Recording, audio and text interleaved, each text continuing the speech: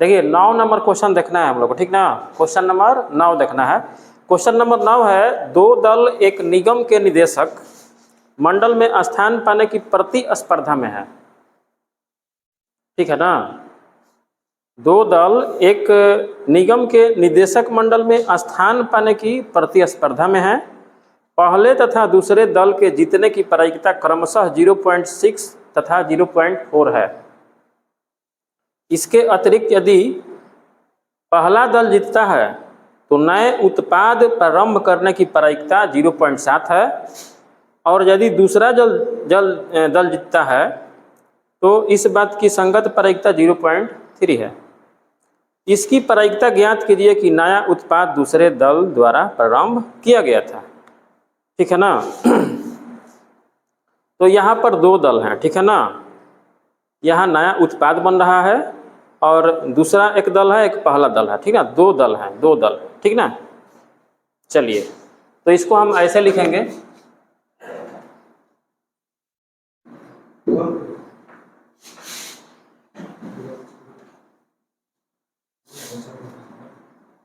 मान लिया कि पहला दल बराबर E1, कोई दिक्कत। मान लिया कि पहला दल बराबर E1, दूसरा दल बराबर E2, और नए उत्पाद की घटना, नए उत्पाद बनाने की घटना, ठीक ना। नए उत्पाद की घटना ए मान लेना है, ठीक है ना। अब देखिए हम लोग क्या करेंगे, यहाँ प्रोबेबिलिटी ऑफ E1 लिख लेंगे, है ना। यानी कि पहला दल द्वारा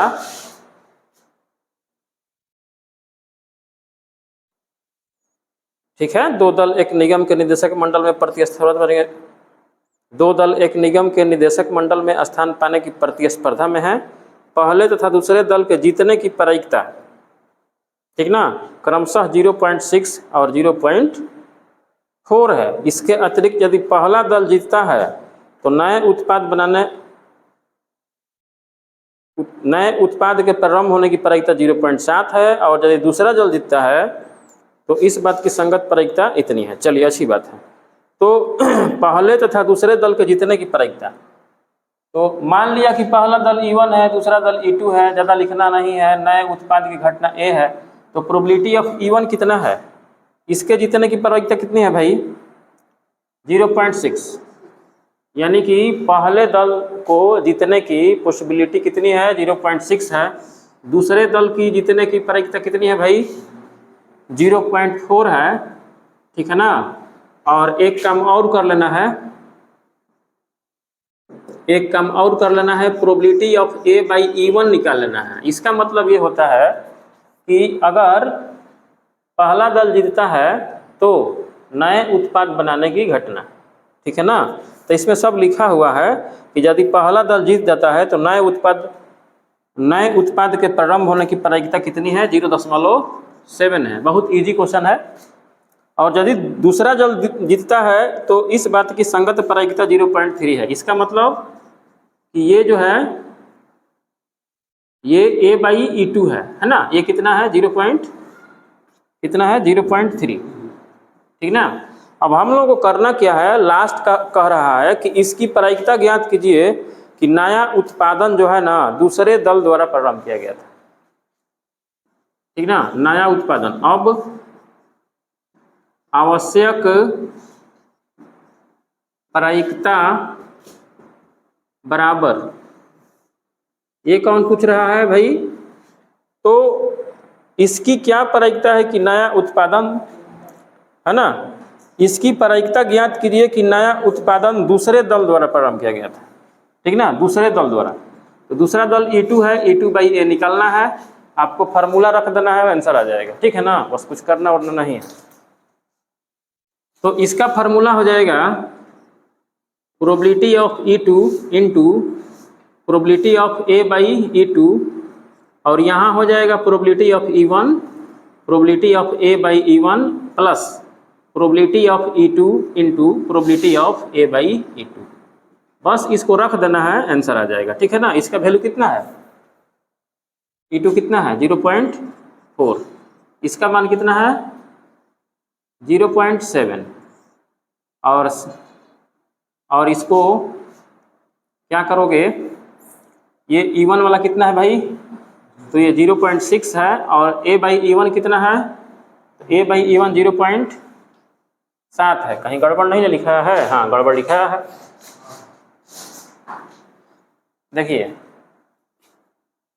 प्रोबेबिलिटी ऑफ E2 कितना है 0.4 है, प्रोबेबिलिटी ऑफ A/E2 कितना है, तो ये 0.3 है, और प्रोबेबिलिटी ऑफ E1 कितना है भाई 0.6 है, और प्रोबेबिलिटी ऑफ A/E1 कितना है, प्रोबेबिलिटी ऑफ A/E1 है 0.7, प्लस कर दीजिए प्रोबेबिलिटी ऑफ E2 है हमारे पास 0.4, और मल्टीप्लाई 0.3 है किसका वैल्यू, प्रोबेबिलिटी ऑफ A/E2 का। तो हम लोग हल कर देंगे, आंसर आ जाना चाहिए। ठीक ना। देखिए इसमें गुणा करेंगे तो कितना होगा 0.12। ठीक है, ठीक है। चलिए अब इसमें गुणा करिएगा तो कितना होगा 0.42 है ना, 6 7 42, और दशमलव रख देना है। इसको हल करेंगे तो कितना होगा 4 12। अब इसको इधर हल कर दीजिए, ये हो जाएगा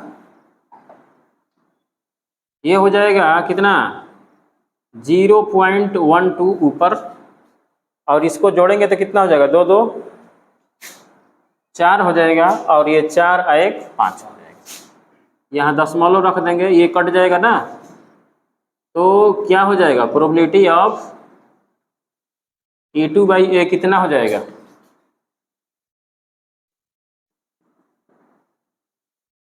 कितना हो जाएगा बोलिए। इसको कटा दीजिए, ये 12/54 को कटा दीजिए, 3 चौके 12 नहीं कटेगा ना,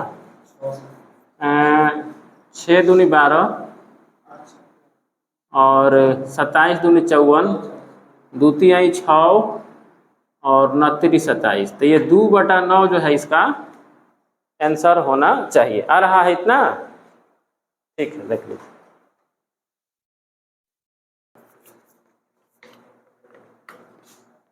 क्वेश्चन नंबर 10 देखा जाए, है ना। क्वेश्चन नंबर 10 देखा जाए, देखिए समझिएगा थोड़ा जल्दी में। मान लीजिए कि कोई लड़की एक पासा उछालती है, एक लड़की है वो पासा उछालती है, यदि उसे 5 या 6 की संख्या प्राप्त होती है तो वह एक सिक्के को 3 बार उछालती है। यानी कि अगर 5 या 6 आता है, तो जब 5 या 6 आता है ना, तो क्या करती है ना कि उसके साथ एक सिक्का को 3 बार उछाल देती है, और चीत की संख्या नोट करती है कि चीत कितना हुआ, है ना। यदि उसे 1 2 3 4 की संख्या अगर प्राप्त होती है तो वह एक सिक्के को 1 बार उछालती है। ठीक है, और यह नोट करती है कि उस पर चित या पट प्राप्त हुआ है। ठीक है ना। यदि उसे ठीक 1 चित प्राप्त होता है, ठीक है, तो उसके द्वारा उछाले गए पासे पर 1 2 3 या 4 प्राप्त होने की प्रायिकता क्या है, ये निकलना है।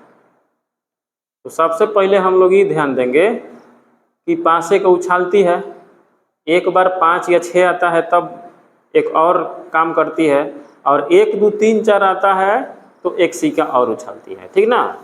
तो सबसे पहले जो घटना है उसको हम लेते हैं, यह है एक पासा उछालती है, तो उसमें 5 या 6 आता है, तो इसमें हम क्या करेंगे ना कि ऐसे लिख देंगे,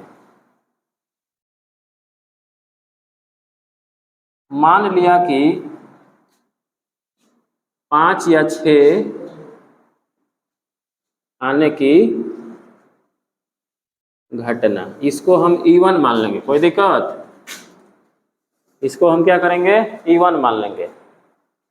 उसके बाद 1 2 3 या 4 आने की घटना, इसको हम मान लेंगे, जानते हो कितना, E2 मान लेंगे, है ना, E2 मान लेंगे। और उसके बाद क्या करेंगे, वो क्या करती है, चीतों की संख्या को नोट करती है ना, चीतों की संख्या में वो इंटरेस्टेड है। ठीक है, और ठीक 1 चित प्राप्त होता है, कितना, यदि उसे ठीक एक चित प्राप्त होता है, तो यहाँ लिखिएगा ठीक एक चित प्राप्त होने की क्या चीज, घटना। तो इसको मान लेंगे हम ए, इसको क्या मानेंगे, ए मान लेंगे, ठीक है ना। अब यहाँ दिमाग लगाना है, सुनिएगा भाई।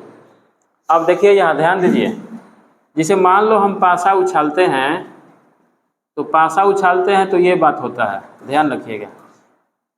तो पहिलका जो हमारे पास घटना है E1 5 या 6 आएगा, तो 5 या 6 आएगा, इसकी प्रायिकता हमको निकालना पड़ेगा। तो अब हम क्या करेंगे, तो प्रोबेबिलिटी ऑफ E1 निकाल कर रख लेंगे। तो 5 या 6 आने की क्या प्रायिकता है, ये कब है, हाँ, तो नंबर ऑफ ई बटा नंबर ऑफ एस। तो नंबर ऑफ ई हमारे पास कितना होगा, 2, और नंबर ऑफ एस कितना हो जाएगा, 6। इसको कटाएंगे तो कितना, 1/3 हो जाएगा। और प्रोबेबिलिटी ऑफ E2 कितना हो जाएगा, प्रोबेबिलिटी ऑफ E2 का मतलब कि 1, 2, 3, 4 आने की प्रायिकता क्या है, तो 1, 2, 3, 4 आने की प्रायिकता 4/6, ठीक है। अब यहाँ दिमाग लगाना है आप लोगों को, जानते हो क्या लगाना है। अब होता क्या है, बड़ी अजीब स्थिति है ना इसमें। चलिए, तो होता क्या है कि यदि 5 या 6 की संख्या प्राप्त हो जाती है, तो वह क्या करती है, तो वह एक सिक्के को 3 बार उछालती है और चीतों की संख्या को नोट करती है। तो ध्यान रखिएगा कि जैसे मान लो 5 और 6 आ गया है, इसे 5, 6 आ गया, ठीक है ना, ध्यान दीजिएगा 5, 6 आ गया है ना, तो वह एक सिक्के को 3 बार उछालती है। क्या करती है, एक सिक्के को क्या करती है, 3 बार उछालती है। तो एक सिक्के को उछालेगी 3 बार, तो क्या होगा, एक सिक्के को 3 बार उछालती है, तो यहाँ हो जाएगा हेड हेड हेड, उसके बाद हेड हेड टेल, उसके बाद हेड टेल हेड। कम मतलब कहने का मतलब है कि जब 5 या 6 आता है, गौर करिएगा, जब 5 या 6 आता है तो वो लड़की क्या करती है कि एक सिक्के को 3 बार उछालती है। ये 8 का होना चाहिए, 1, 2, 3, 4, 5, 6, 7, 8, ठीक है ना। तो कहने का मतलब है, और चीत की संख्या नोट करती है, ठीक। चलिए, तो यहाँ ध्यान देने वाली बात यह है कि जब उस लड़की के पासे उछालने के उपरांत अगर मान लो ये आ जाता है, यह आ जाता है 5 या 6, तो क्या करती है, एक सिक्का को 3 बार फेंकती है। अब इस पर थोड़ा गौर करना है भाई, एक सिक्का क्या करती है, 3 बार फेंकती है। तो जब सिक्का को 3 बार फेंकेगी तो इतना आउटकम होगा। अब इसमें आपको क्या करना है कि प्रोबेबिलिटी ऑफ A/E1 निकालना है। ये दिमाग लगाने वाली बात है। ये कह रहा है कि 5 या 6 पहले से आ चुका है, मानो 5 या 6 पहले से आ चुका है, तब ठीक एक चित प्राप्त होने की क्या प्रायिकता है।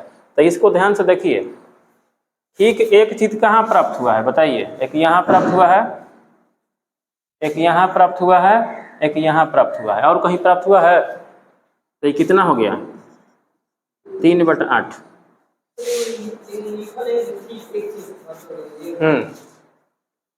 एक चित लिखा हुआ है, पढ़िए ध्यान से, लास्ट में पढ़िए। यदि उसे ठीक एक चित प्राप्त होता है तो उसके द्वारा उछाले गए एक पासे पर 1, 2, 3 या 4 प्राप्त होने की प्रायिकता क्या है, ठीक ना। अब दूसरा कंडीशन है प्रोबेबिलिटी ऑफ A/E2। अब इसका मतलब होता है ना कि जब पासे पे 1, 2, 3 या 4 आया है, तब ठीक एक चित आने की क्या प्रायिकता है। तो अब इसका कंडीशन अलग है। अब इसका कंडीशन कह रहा है ना कि भाई साहब, अगर 1, 2, 3, 4 आया है ना, तो क्या करती है लड़की, क्या करती है, वह एक सिक्के को 1 बार फेंकती है। क्या करती है, एक सिक्के को 1 बार फेंकती है। तो बताइए कि जब एक सिक्का के 1 बार फेंकेगी तो या तो हेड आएगा नहीं तो टेल आएगा। आएगा ना, एक सिक्का को एक बार फेंकेगी तो या तो हेड आएगा नहीं तो टेल आएगा। तो ये कह रहा है कि ठीक एक चीज आने की क्या प्रक्रिया, ठीक एक चीज एक सिक्का में एक प्रोबेबिलिटी कितना हो जाएगा, 1/2 हो जाएगा, यही समझना होता है ना। अब यहाँ हम क्या करेंगे, आवश्यक प्रोबेबिलिटी निकालेंगे। आवश्यक प्रायिकता बराबर प्रोबेबिलिटी ऑफ E2/A, है ना।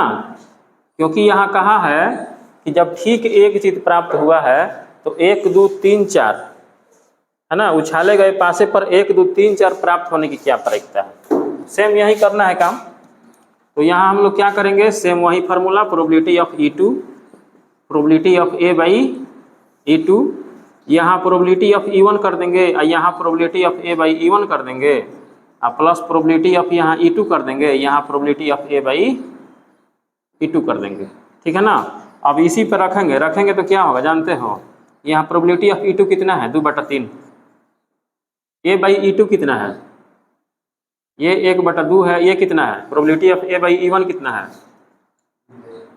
प्रोबेबिलिटी ऑफ E1 2/6 है और प्रोबेबिलिटी ऑफ A/E1 कितना है तो 3/8 है और प्रोबेबिलिटी ऑफ E2 कितना है, ये 2/3 है और प्रोबेबिलिटी ऑफ A/E2 कितना है 1/2 है। इसको अगर हम बनाते हैं तो हाई वाला तो कट जाएगा ना, तो कितना होगा 1/3 और इसको भी कटा देते हैं, देखिए 4 दूना 8, 2 तिहाई 6, तो यहाँ हो गया 1/8 प्लस हाई दो कट गया 1/3, तो इधर आ जाइए 1/3 और 8 3 का एलसीएम कितना, 8 3 का एलसीएम 24, तो अतिरी के 24 और 3 8 24, तो 1/3 हो जाएगा, हाई 24 चला जाएगा ऊपर, 8 3 11 चला जाएगा नीचे, तो यहाँ 8 3 के 24 कट जाएगा, यहाँ 8/11 हो जाएगा, ठीक है ना। यही आंसर आता होगा, देखिए आ रहा है ना, समझ में नहीं आया होगा तो बोलिएगा। थोड़ा ही कॉम्प्लेक्स आया था 2 साल पहले जी, 2 साल पहले आया था। हेलो,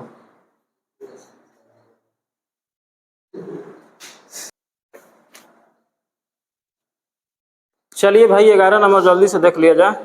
एक व्यावसायिक निर्माता के पास ABC 3 मशीन ऑपरेटर हैं।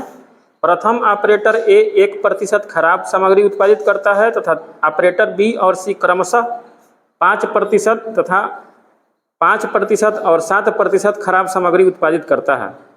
कार्य पर A का कुल समय का 50% लगाता है ना, कार्य पर A कुल समय का 50% लगाता है, B कुल समय का 30% तथा C कुल समय का 20% लगाता है। चलिए अच्छी बात है।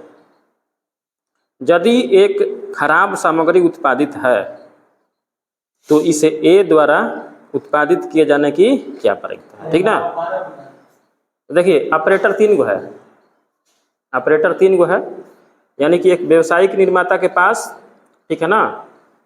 बात को थोड़ा सा समझिएगा ना तो मानने में, लिखने में, सहेजने में आसान होगा।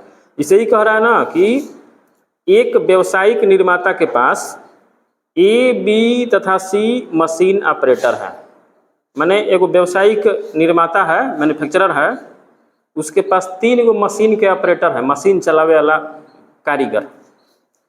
जो पहिलका ऑपरेटर है वो क्या करता है ना कि 1% खराब सामग्री उत्पादित करता है, यानी कि 100 गो में 1 गो मटेरियल वो खराब बना होता है, 99 गो सही बना होता है, ठीक बा।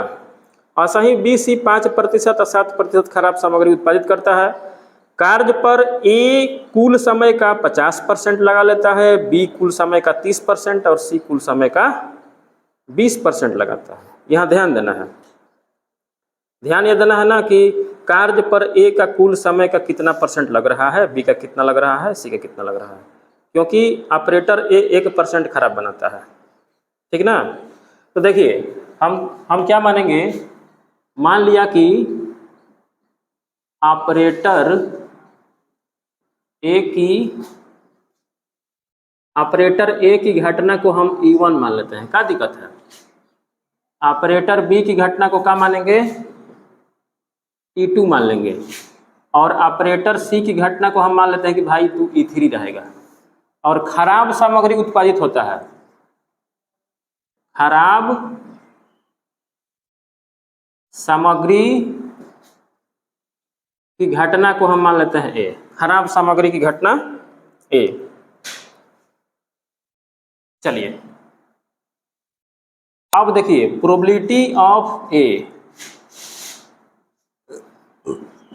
प्रोबेबिलिटी ऑफ E1 है ना, प्रोबेबिलिटी ऑफ E1 मतलब ऑपरेटर ए की घटना को अगर हम E1 मानते हैं तो ऑपरेटर जो ए है वो कितना कार्य क्षमता दिखाता है, कितना दिखाता है बताइए?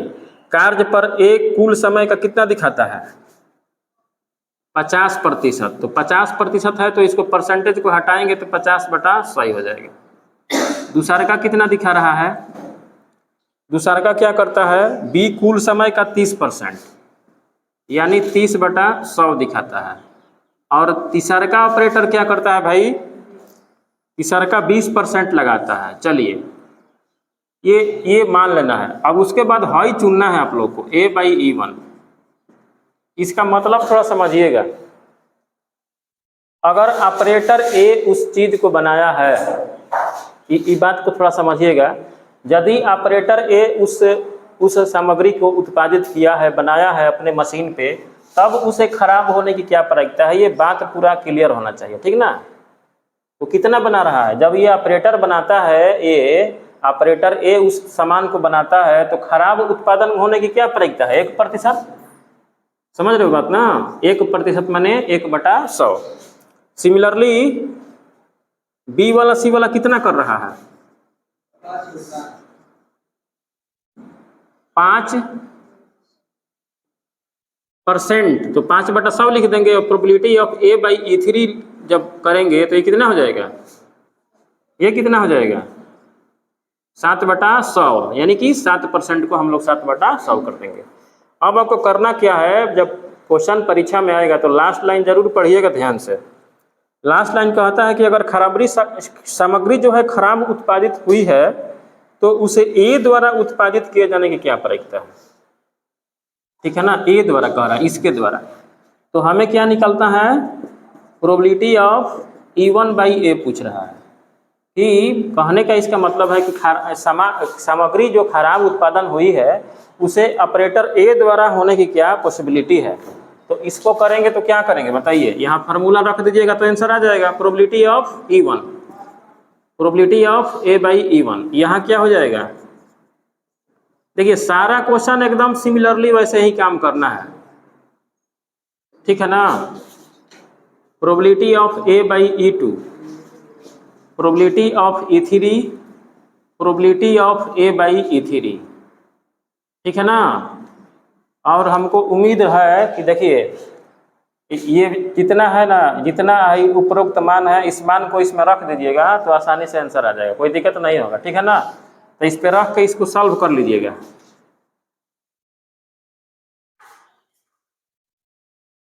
चलिए अब क्वेश्चन नंबर 12 देखते हैं, जो परीक्षा की दृष्टि से बहुत ही इंपॉर्टेंट है। ये क्वेश्चन 5 नंबर में बोर्ड एग्जाम्स में आ भी चुका है। क्वेश्चन है 52 ताशों की गड्डी से एक पत्ता हो जाता है, शेष पत्तों में से 2 पत्ते निकाले जाते हैं जो ईंट के पत्ते हैं। खो गए पत्ते की ईंट होने की क्या प्रायिकता है? तो सबसे पहले हम लोग क्या करते हैं, मान लिया कि खो गए पत्ते, मान लिया कि खो गए पत्ते के ईंट होने की घटना, ईंट होने की घटना को हम E1 मान लेते हैं।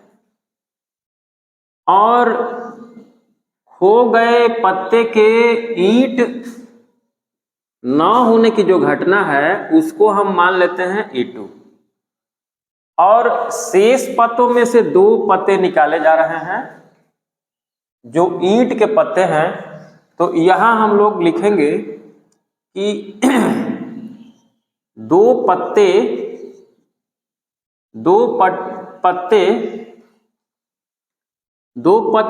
ईंट के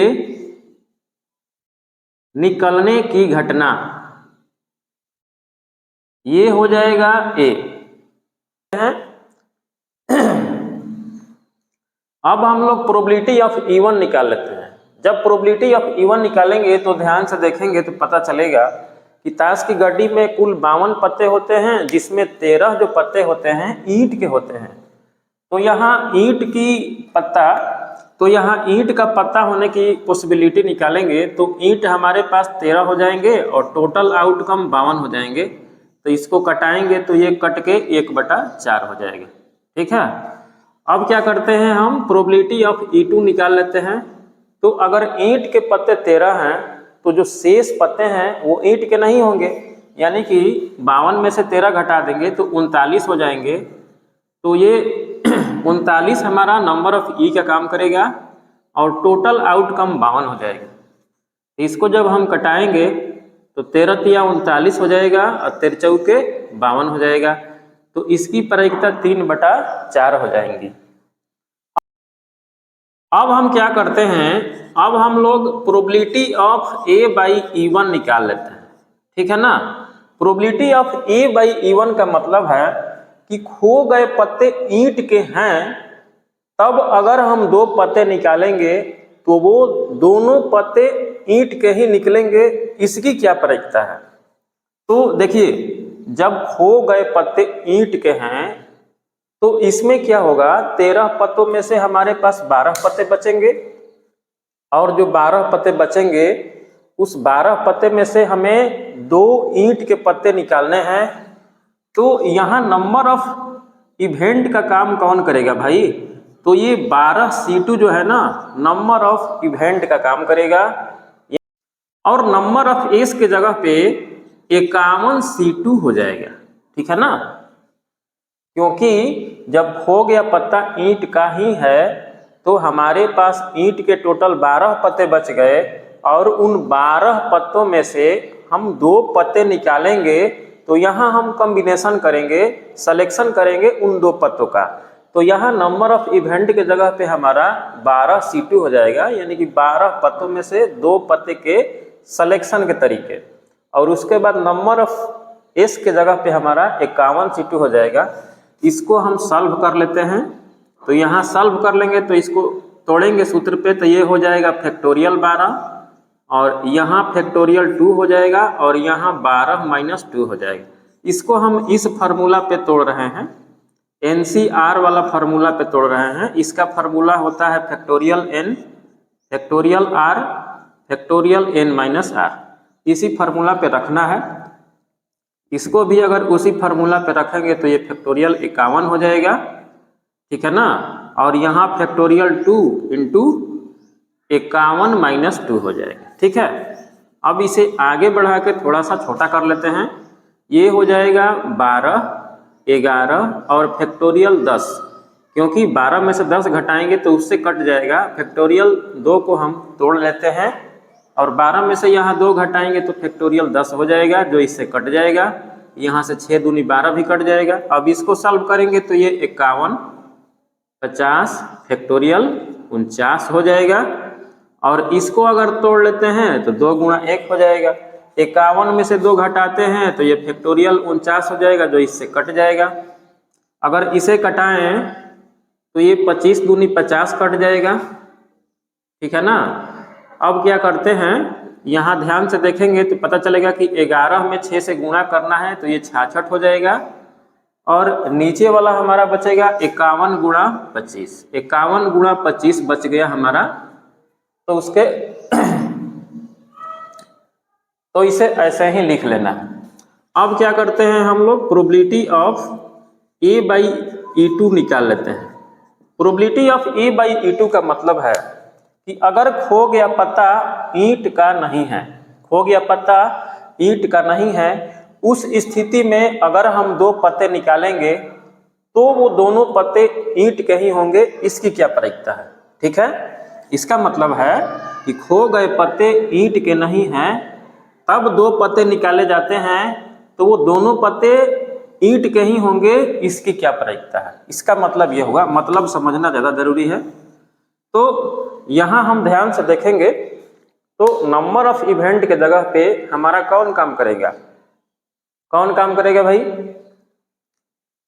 तो यहाँ ध्यान से देखेंगे तो पता चलेगा कि जब खो गया पत्ता ईंट का है ही नहीं, यानी कि कोई दूसरा पत्ता है, और हमें दूसरा पत्ता अगर है तो यहाँ हम ध्यान से देखेंगे तो पाएंगे कि भाई खो गया पत्ता ईंट का है ही नहीं। इसका मतलब कि ईंट के टोटल यहाँ 13 के 13 पत्ते बचे हुए हैं। अब उन 13 पत्तों में से हमें 2 पत्ते सेलेक्ट करने हैं। तो यहाँ नंबर ऑफ इवेंट के जगह पे 13 C2 हो जाएगा, क्योंकि 13 पत्तों में से 2 पत्ते ईंट के निकालने के तरीके यहाँ हो जाएंगे, है ना। क्योंकि यहाँ हम 13 ईंट के पत्तों में से 2 ईंट के पत्ते निकालेंगे, यानी सिलेक्शन करेंगे। और नंबर ऑफ एस के जगह पे काम करेगा यहाँ 51 C2। इसे भी हम सॉल्व कर लेंगे, ठीक है ना। तो इसको सॉल्व करेंगे तो ये हो जाएगा फैक्टोरियल 13, यहाँ फैक्टोरियल 2 हो जाएगा, यहाँ 13 - 2 हो जाएगा, यहाँ फैक्टोरियल 51 हो जाएगा, और यहाँ फैक्टोरियल 2 × 51 - 2 हो जाएगा। ठीक है, इसे बढ़ाते हैं, हल करते हैं तो ये हो जाएगा 13 × 12 × फैक्टोरियल 11। इस फैक्टोरियल 2 को तोड़ते हैं तो 2 × 1 हो जाएगा, 13 में से 2 घटाते हैं तो ये 11 हो जाएगा, जो इससे कट जाएगा। यहाँ 6 दूनी 12 कटा देना है। अब इसको सॉल्व कर लेते हैं तो ये 51 है, यहाँ 50 कर देंगे, यहाँ 49 हो जाएगा। और यहाँ फैक्टोरियल 2 को तोड़ते हैं तो 2 × 1 हो जाएगा, और यहाँ 51 में से 2 घटाते हैं तो ये फैक्टोरियल 49 हो जाएगा। अब यहाँ क्या करेंगे हम लोग, इसको उड़ा देंगे। यहाँ हम क्या करेंगे, 50 25 से कटा देते हैं तो यहाँ ये कट जाएगा, 25 दूनी 50। अब यहाँ ध्यान से देखेंगे तो पता चलेगा कि 13 में 6 से ऊपर गुणा है, तो यहाँ 13 × 6 = 78 लिख लेना है, और यहाँ 25 × 51 लिख देना है। ठीक है ना, 51 को पहले भी लिखा जा सकता है, इसमें कोई दिक्कत वाली बात नहीं है। तो हमारे पास जो भी ज़रूरतें थी, हमें जिस चीज़ की ज़रूरत थी वो निकाल लिए हैं। अब हमें क्या करना है, आवश्यक प्रोबेबिलिटी निकाल लेनी है। अब हमें आवश्यक प्रोबेबिलिटी निकाल लेनी है कि आवश्यक प्रोबेबिलिटी क्या होगा।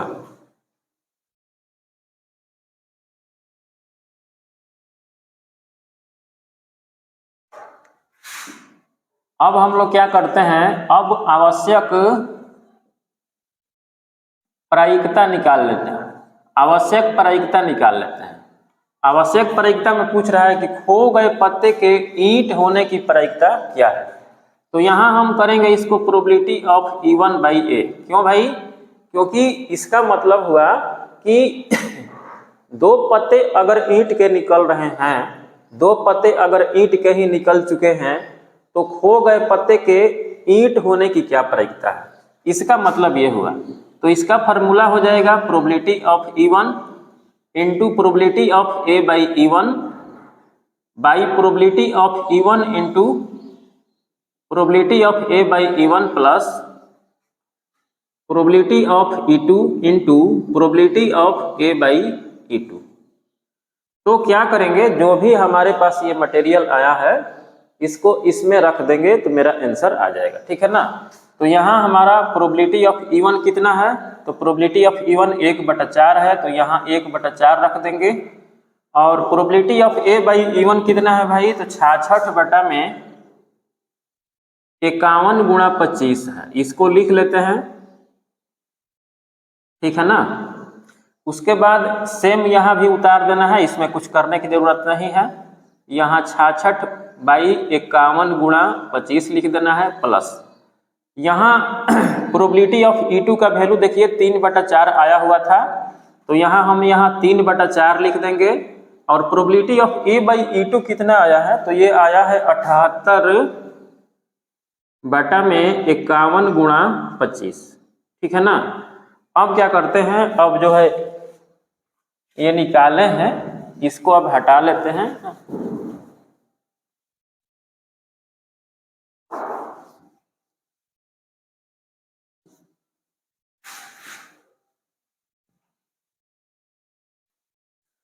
अब इसे सॉल्व करेंगे तो ये हो जाएगा,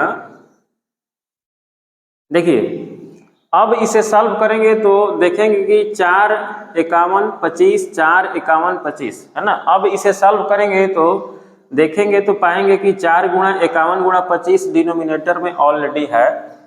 तो हम क्या करते हैं, यहाँ 4 गुणा 51 गुणा 25 कर देते हैं, और ये वाला 66 प्लस ये गुणा कर देते हैं, 3 8 24 हो जाएगा, 3 7 21 और 2 23 हो जाएगा। ठीक है ना। अब ऊपर वाला में ध्यान से देखेंगे तो ये भी उतना ही है, ऊपर 66 में 1 से करेंगे तो 66 हो जाएगा, फिर यहाँ 4 गुणा 51 गुणा 25 कर देंगे तो पता चलेगा कि ये वाला तो भाई कट गया।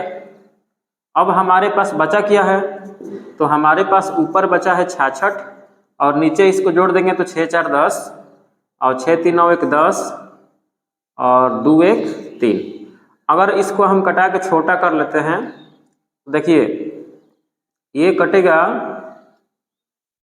11 छक्का 66 है ना, 11 छक्का 66 6 बार में कट जाएगा, और ये 50 छक्का 300, तो यहाँ हमारे पास आ जाएगा 11/50, और यही जो है इस क्वेश्चन का आंसर हो जाएगा। ठीक है। माना कि सत्य बोलने की प्रायिकता, देखिए यहां सत्य बोलने की प्रायिकता दिया हुआ है, तो माना कि सत्य बोलने की घटना, माना कि सत्य बोलने की घटना, ठीक ना, सत्य बोलने की घटना, इसको मान लेते हैं हम E1, और सत्य बोल रहा है तो उसकी प्रायिकता E1 है, तो झूठ भी तो बोलेगा, झूठ बोलेगा, उसकी घटना हम मान लेते हैं E2। अब ठीक है, देखिए चित प्रकट होने की घटना A मान लिए, इसको भी सेम, ज्यादा दिक्कत नहीं है। अब लिख लेते हैं प्रोबेबिलिटी ऑफ E1, इसका मतलब होता है कि सत्य बोलने की प्रायिकता कितनी है, तो 4/5 है। प्रोबेबिलिटी ऑफ E2 कितना है,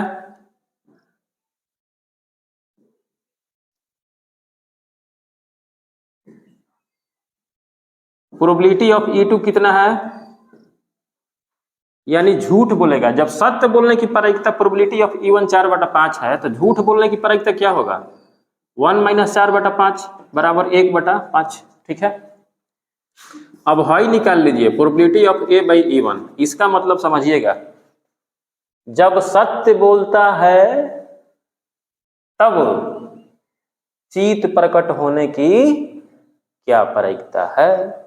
तो जब भाई सत्य बोलेगा, चित प्रकट होगा, तो भाई एक सिक्का ही उछाल रहे हो, और आप सत्य भी बोल रहे हो, चित प्रकट भी हो गया, तो चित प्रकट होने की प्रायिकता कितनी हो जाएगी, 1/2, सीधी सी बात होगी।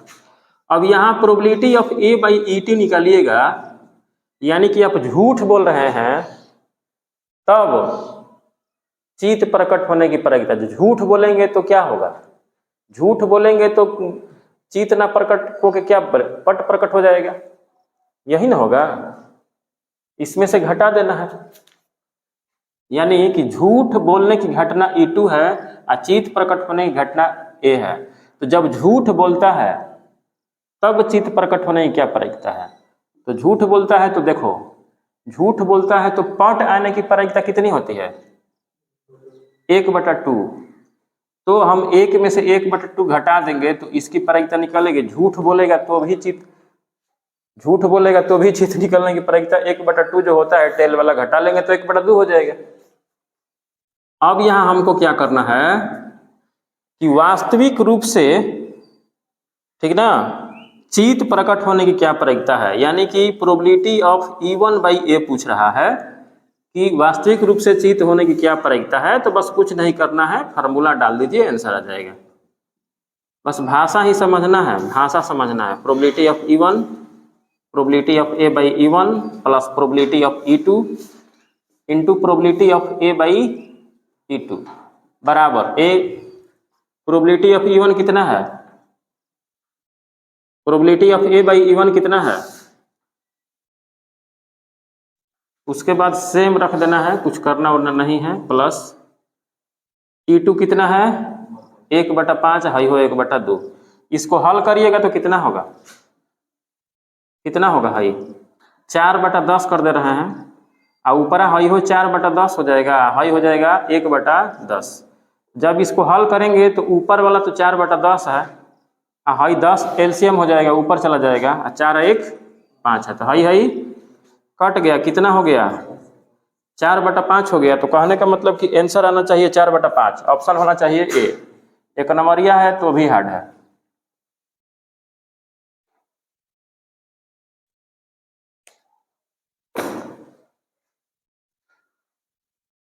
क्या हो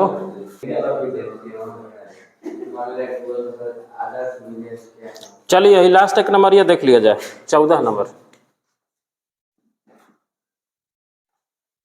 देखिए ये कह रहा है कि यदि ए और बी ऐसी घटनाएं हैं कि ए सबसेट है बी, ये ध्यान रखिएगा, पहला ही क्वेश्चन ने बोल दिया ए सबसेट है बी और प्रोबेबिलिटी ऑफ बी बराबर नहीं 0 है, ये 0 के बराबर नहीं है, तो निम्नलिखित में से कौन सा कथन सही है। 4 गो ऑप्शन है, ऑप्शन लिख लेते हैं पहले। Probability of A by B बराबर probability of B probability of A. Option B है probability of A by B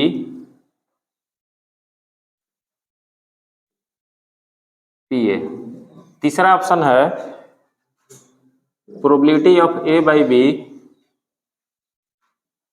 बड़ा बराबर है पी ए, और चौथा ऑप्शन है इनमें से कोई नहीं, है ना, नन ऑफ दीज है, इनमें से कोई नहीं।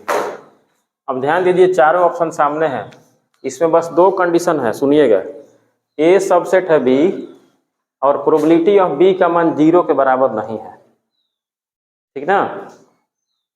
तो देखिए पहला काम ये करते हैं हम लोग कि अगर ए सबसेट बी है, इसका मतलब होता है कि ए का प्रत्येक सदस्य बी में है। जब ए का प्रत्येक सदस्य बी में है तो इसका मतलब कि जब हम ए इंटरसेक्शन बी करेंगे तो क्या होगा, ए का प्रत्येक सदस्य बी में है, ए हो जाएगा, इसमें कोई दिक्कत। ए का टोटली सदस्य बी में बैठा हुआ है, यानी कि ए और बी में इंटरसेक्शन कराएंगे तो ए होगा।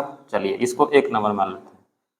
अब देखिए यहाँ प्रोबेबिलिटी ऑफ बी 0 के बराबर नहीं है, ध्यान से देखिएगा, यानी कि घटनाएं जो घटती हैं प्रोबेबिलिटी में या तो निश्चित होती है या अनिश्चित होती है या निश्चित अनिश्चित के बीच में होती है, यानी कि प्रायिकता का मान जो होता है या तो 0 होता है, नहीं तो 1 होता है, नहीं तो 0 और 1 के बीच में होता है। वेलकम, ठीक ना। तो कहने का मतलब ये है कि ई बेचारा कह रहा है कि प्रोबेबिलिटी ऑफ बी का प्रायिकता 0 के बराबर नहीं है, ठीक ना। तो जब 0 नहीं है इसका मतलब ये हुआ कि बी की प्रायिकता या तो 1 होगा नहीं तो 1 से छोटा होगा। जब 0 के बराबर नहीं है तो उसका प्रायिकता या तो 1 होगा नहीं तो 1 से छोटा होगा। प्रायिकता का मान 1 से बड़ा तो होता नहीं है कि नहीं। बात बहुत सावधानी से काम करना है। प्रोबेबिलिटी ऑफ बी बराबर नहीं 0 है, इसलिए प्रोबेबिलिटी ऑफ बी का मान या तो 1 होगा नहीं तो 1 से छोटा होगा। समझिएगा बात को ध्यान से। अब हम क्या करेंगे भाई साहब, दोनों ओर जो है ना प्रोबेबिलिटी ऑफ बी से भाग दे देंगे। क्या करेंगे, दोनों ओर प्रोबेबिलिटी ऑफ बी से भाग दे देंगे। हाई हाई कट जाएगा, कट के क्या हुआ, यहाँ 1 हुआ और यहाँ ऐसे हो गया, कोई दिक्कत। हाई प्रोबेबिलिटी ऑफ बी लिखे हैं, ध्यान से देखिएगा, ठीक है। अब इसको हम थोड़ा सा देखें तो पता चलेगा कि भाई ये इस प्रकार लग रहा है, ठीक ना, इस प्रकार लग रहा है। इसका मतलब ये है कि हम दोनों और यहाँ क्या करते हैं, प्रोबेबिलिटी ऑफ ए से मल्टीप्लाई कर देते हैं, और यहाँ क्या करते हैं, प्रोबेबिलिटी ऑफ ए से दोनों और मल्टीप्लाई कर देते हैं, तब क्या होगा, ऐसे हो जाएगा। कोई दिक्कत, ऐसे हो जाएगा। बहुत सावधानी से काम करना है। एक काम करिए, यहाँ पी ए लिखा हुआ है ना, ए की जगह यहाँ पर लिख सकते हैं, ए की जगह पर क्या लिखेंगे, ए इंटरसेक्शन बी, अब बाटा में पी बी। अब यहाँ पी ए लिखा हुआ है, यानी कि प्रोबेबिलिटी ऑफ ए लिखा हुआ है। अब इसका सूत्र क्या होता है, probability of A by B होता है कि नहीं होता है। देखिए तो ऑप्शन में मिल रहा है कोई है? तो ऑप्शन नंबर सी हमको लगता है कि देखिए पहले इसको लिख लीजिए ए बाई बी, और मुंह किधर घुमा हुआ है, इसके ओर, तो इधर कर दीजिए और यहाँ कर दीजिए पी ए, यानी कि ऑप्शन सी इसका सही आंसर हो जाएगा। ठीक है ना, ऑप्शन सी इसका सही आंसर हो जाएगा। बहुत झकास था, लिख लीजिए।